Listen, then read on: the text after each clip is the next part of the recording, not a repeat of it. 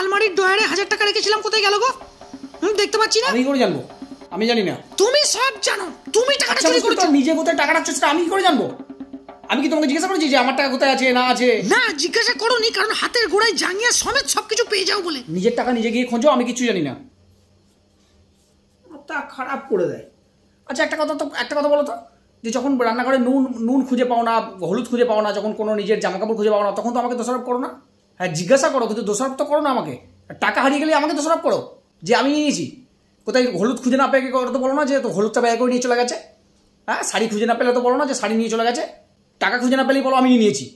ও আচ্ছা, তুই তাহলে সাত সকালে কোনো রকম নাকে মুখে গুজে কিসের জন্য যাস? কিসের জন্য? কাজের জন্য। কাজটা কিসের জন্য করিস? টাকা। সেই টাকা যদি ফোকটিয়াই তুই বাড়ির ডয়ার থেকে পেয়ে যাস, তাহলে কি ওটা তুই ছেড়ে দিবি? তুই ঝেড়েই দিবি। কি করে? তোমার আমার বাবাকে আমি খবর দেবো, আমার সব কিছু নিয়ে নিয়েছে।